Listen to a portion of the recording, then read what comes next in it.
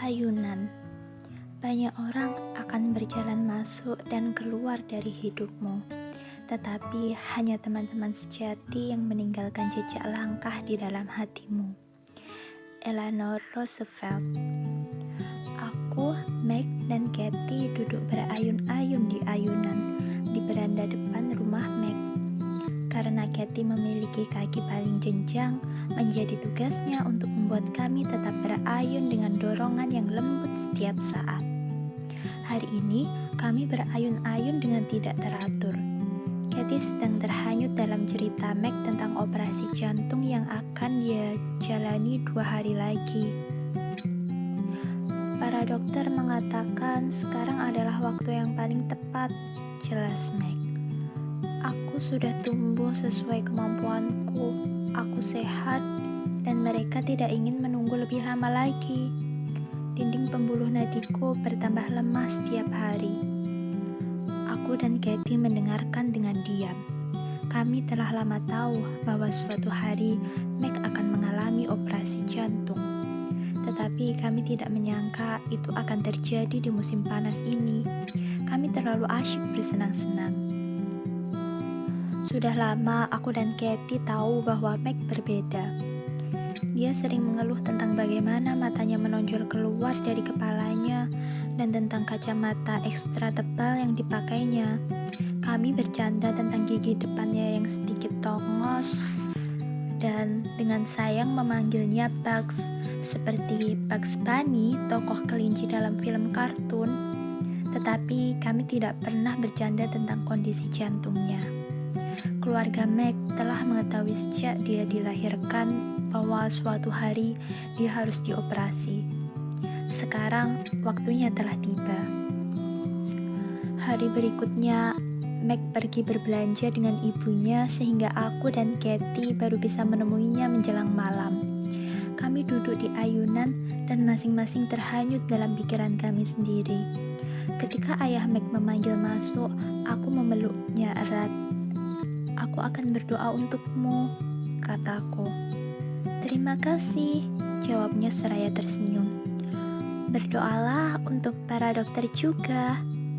Kami semua tertawa. Jawaban Meg telah meredakan ketegangan. Aku tak dapat tidur nyenyak sepanjang malam itu, sehingga bangun terlambat di pagi berikutnya. Aku pergi keluar untuk menghirup udara segar dan memandang deretan rumah. Rumah Meg. Aku melihat ayah dan abangnya saling berpelukan. Mereka pulang lebih cepat, pikirku. Aku masuk ke rumah tepat saat telepon berdering dari Kathy. Teresa, aku punya kabar buruk. Aku dapat merasakan bahwa dia sedang menangis. Hatiku mencelos. Meg meninggal dunia, ujar Kathy datar. Ketika para dokter menyentuh pembuluh nadinya, pembuluh itu begitu lemah sehingga denyutnya hilang begitu saja. Dia meninggal di meja operasi. Aku sangat terkejut. Kathy, aku akan bicara denganmu nanti, kataku dan menutup telepon. Saat menuju kamarku, aku berpapasan dengan ibuku di lorong. Ada berita tentang Meg? Dia bertanya. Aku menggeleng karena masih terlalu kaget untuk memberitahu kabar itu kepada siapapun. Aku tidak mau mempercayainya. Aku menutup pintu kamar dan berbaring di ranjang. Ini pasti tidak benar, aku berkata pada diriku. Meg tidak mungkin meninggal. Kathy salah dengar.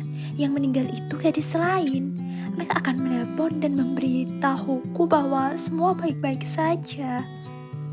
Ketika waktu terus berjalan, aku tahu bahwa Kathy benar, tetapi aku tidak dapat mengakuinya. Aku mendengar ibu Kathy menelpon ibuku untuk memberitahu kabar itu. Ketika ibuku mengetuk pintu kamarku, aku memohon agar dia pergi. Aku ingin sendirian, kataku memohon. Dalam perjalanan menuju rumah duka, aku terus berkata pada diriku bahwa Meg baik-baik saja. Tetapi saat aku memasuki ruangan dan melihat Meg terbaring di sana, kenyataan menghantamku. Temanku meninggal dunia. Aku berjalan mendekati peti dan menatap wajah Meg yang penuh damai. Dia terlihat seperti siap melompat bangun kapan saja dan bertanya mengapa setiap orang terlihat begitu sedih, sedangkan dia tidak demikian. Meg telah meninggal. Aku mencucurkan air mata duka dan kemarahan. Aku tak dapat memahami mengapa Meg meninggal dan aku marah kepada Tuhan karena membiarkan itu terjadi. Dunia ini penuh dengan orang-orang yang jahat. Mengapa tidak kau ambil saja salah satu dari mereka? Mengapa kau harus mengambil orang paling manis dan paling baik yang ku kenal? Tuhan tidak memberi jawaban apapun kepadaku.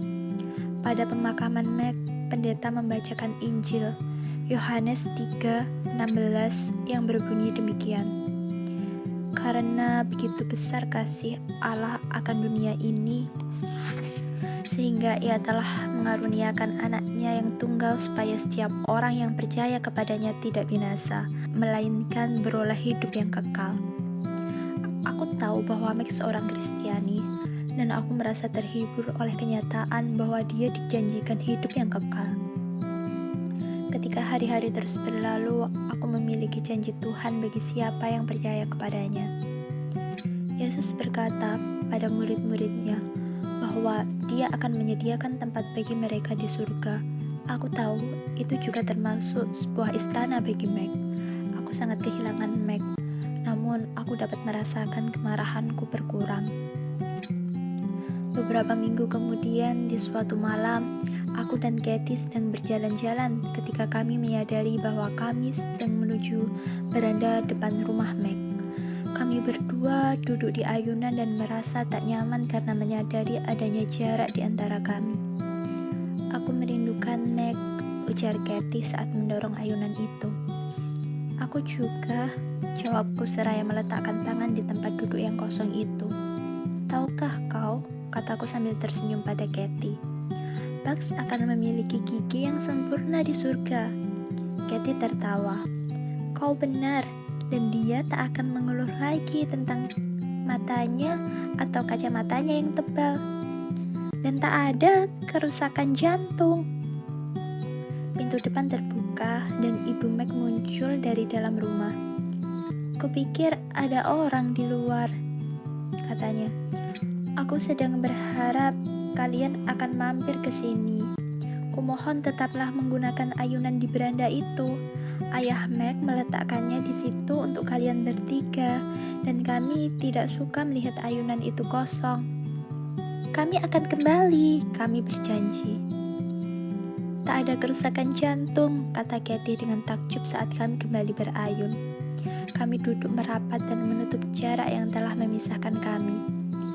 Menurutmu di surga ada ayunan beranda? Tanya Katie. Aku yakin pasti ada, kataku tegas. Dan aku yakin Meg akan menyisakan tempat untuk kita berdua saat kita tiba-tiba di sana. Teresa Clary dalam Chicken Soup for the Girlfriend Soul halaman 25 sampai dengan 29. Ayunan.